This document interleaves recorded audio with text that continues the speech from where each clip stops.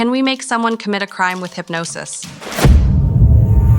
Can we make someone fall in love with us through hypnosis? Is there someone you couldn't get out of hypnosis?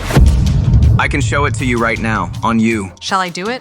Go on, do it. All right. Crazy thing is, I'm not even trying hard to do this. It's so strange, it's crazy. When it touches your forehead, you'll fall asleep. What's your name again? Hiraya. I've erased it from your mind right now. You're thinking of other names. What was your name? You just said it. You know how it's on the tip of your tongue, but you can't remember it? It's an awful feeling. It's completely stuck, and now the bottle is too heavy to lift. No way. No way. Stronger.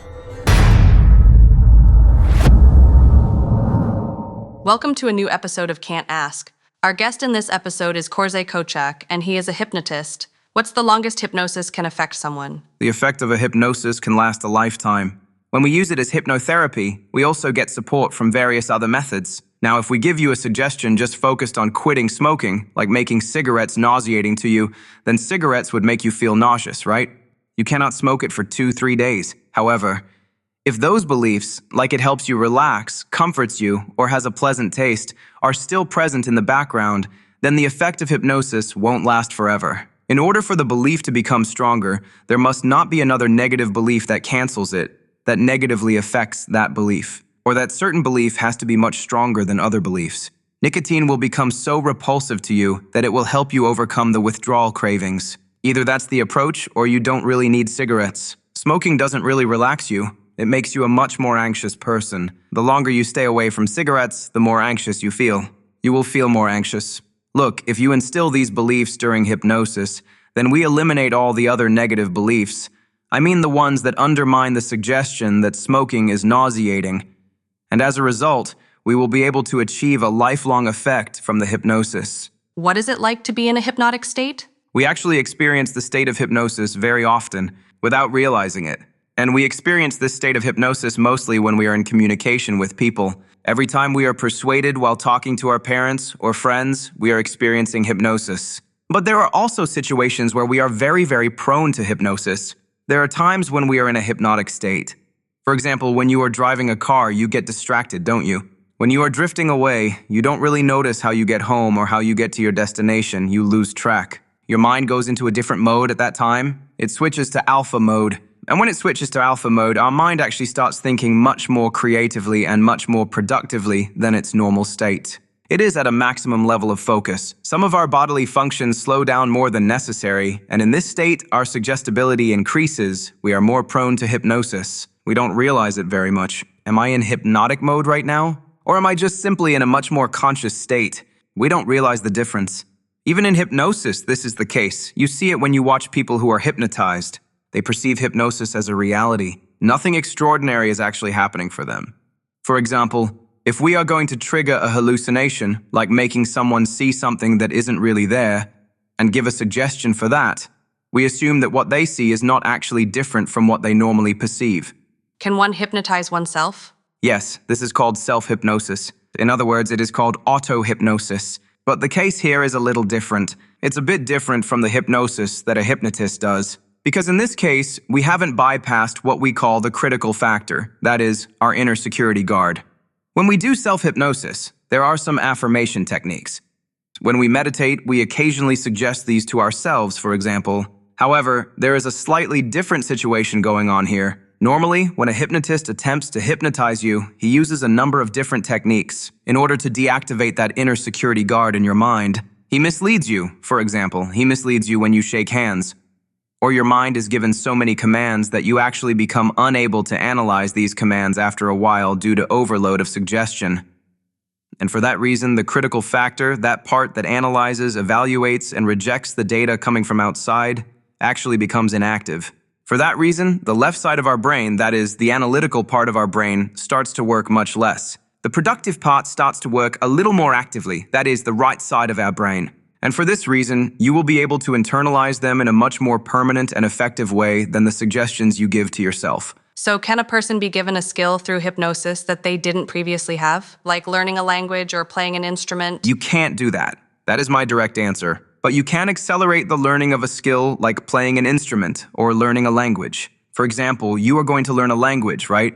I cannot inject a foreign language into your mind like that. However, I can actually create a very strong and lasting belief of need within your mind to learn a language, in order to make you feel like you need it.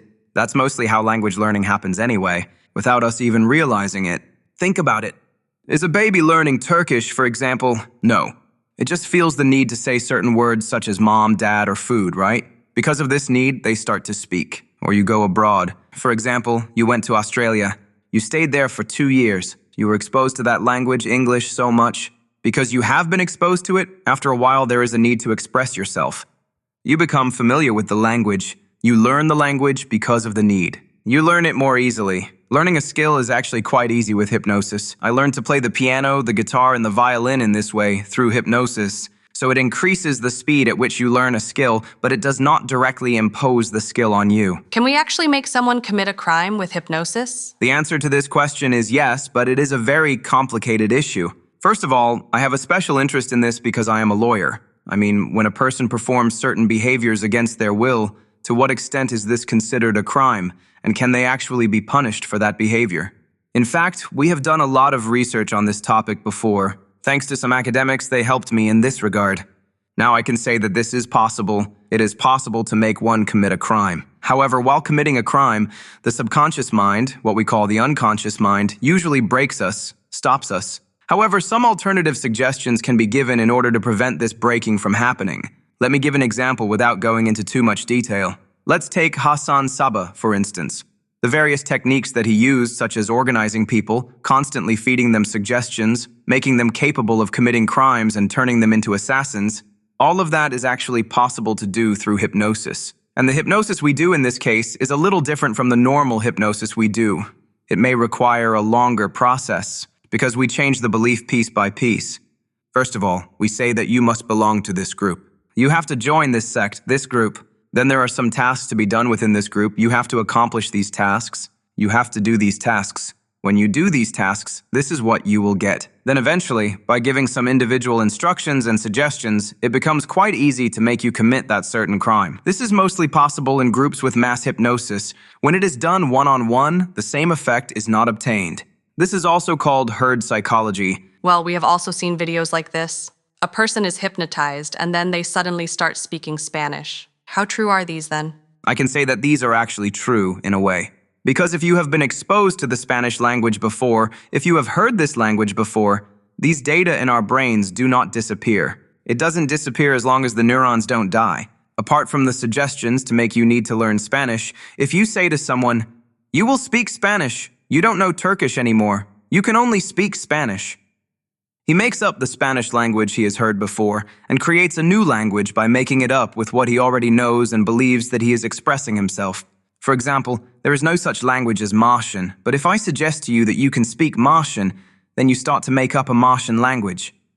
Here, in this case, our brain is actually trying to help us to express ourselves. Have you ever used hypnosis for your own benefit? If it is in my interest to make a person feel good, which is usually the case, then I use hypnosis for that purpose.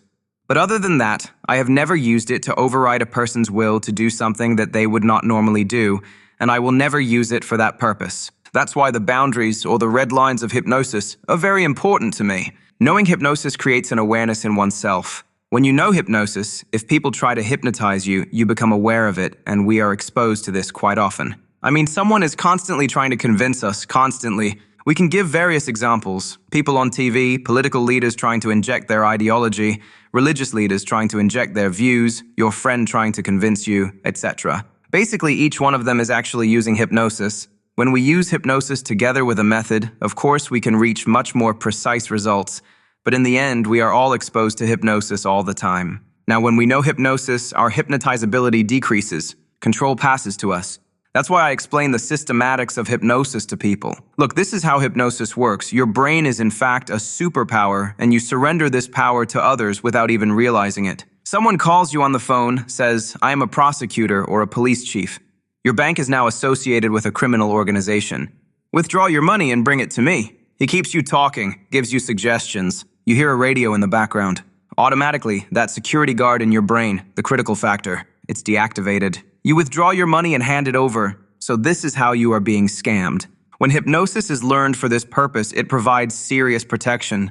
Is it possible to permanently erase a memory or a trauma that we want to forget through hypnosis? You know the movie Eternal Sunshine of the Spotless Mind? It is not possible like that. What is done here is mostly the neutralization of emotions. If I have experienced a heavy trauma, the thing that needs to be done after that traumatic event is to neutralize that specific emotion. This is called desensitization. In other words, clinical psychologists and physicians actually utilize hypnosis for that purpose. They use it as part of a treatment. If you go to a clinical psychologist or a physician or a doctor, one of the first things they will do as part of the treatment is to desensitize you regarding this emotion that you experience. Is it necessary to sit face to face with the person to do hypnosis? Or is it possible from a distance? Remote hypnosis is of course possible. However, when it is done one-on-one, as I said, there is an inner security guard in our brain, this is more easily disabled. Because, for example, when I want to shake hands with you now, you extend your hand. But if I don't shake your hand when you extend yours, I break the pattern of this hand shaking. When I break this, it causes your ability to analyze your movements to slow down, to pause for a moment. And because this is the case, a suggestion I give at this time reaches you much more easily than normal. It settles much more easily. But how do we do this when we are far away? That's what the scammers do. They subject you to a barrage of suggestion. They use authority. Again, that critical factor, the security guard, can be disabled. So there are different methods that a hypnotist can use, and you can change these according to your intended use. When we are going to use it mostly with good intentions, of course, we tell the other party about it and we get a confirmation from them. Approval is necessary. Can we say that people who are quickly hypnotized are actually weaker? Because you mentioned suggestions that are used for scamming purposes. I mean, we have seen professors being scammed. What is the determining factor in these cases? They're definitely not weaker, absolutely. On the contrary, people who are hypnotized are much more productive, they think more creatively, and they have a much stronger imagination. Some people have such a great power that if this power is not used in a controlled way, it poisons them. This is why I teach hypnosis. So your brain works very well. Your brain works so well that if you don't control it, someone else does. People who can think creatively are really much more easily hypnotized. Can hypnosis be used for fun? Yes, hypnosis can be used for fun. Of course, the key is not to have bad intentions in this context. You should not take it too far. If you want to explore the limits of your mind at that time, there is no harm in that. Just like how we are exposed to illusion, it is similar. In such a situation, no one would say, "Why did you deceive me?" In the same way, in hypnosis, you witness how well your mind works. Therefore, when you see the entertaining side of hypnosis, it not only makes you feel happy, but also it helps you realize how your brain actually works. And because your awareness increases with the help of hypnosis, you start to pay more attention to certain things in your life from that point onward. Can you become addicted to hypnosis? Yes, it is possible. I know a few people who are addicted to hypnosis. That's why we don't make them experience it at a level that would create addiction. With the help of hypnosis, it is possible to direct and manage your life much more easily. I mean, the simplest example I can give is playing an instrument.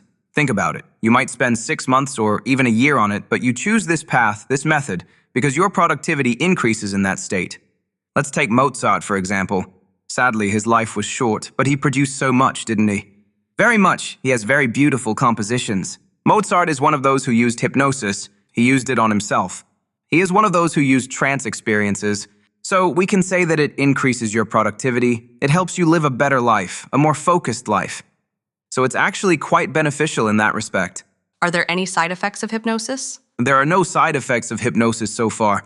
Of course, if you experience an intense level of hallucination, or if you receive some suggestions to the extent that you experience some advanced perception distortions in your mind, these can naturally cause certain side effects such as dizziness or time distortion. But I would say that these side effects only last for half an hour or an hour. It never leaves a permanent effect on a person after the hypnotic state is over. Is there someone you couldn't get out of hypnosis? Never. Such a thing is not possible.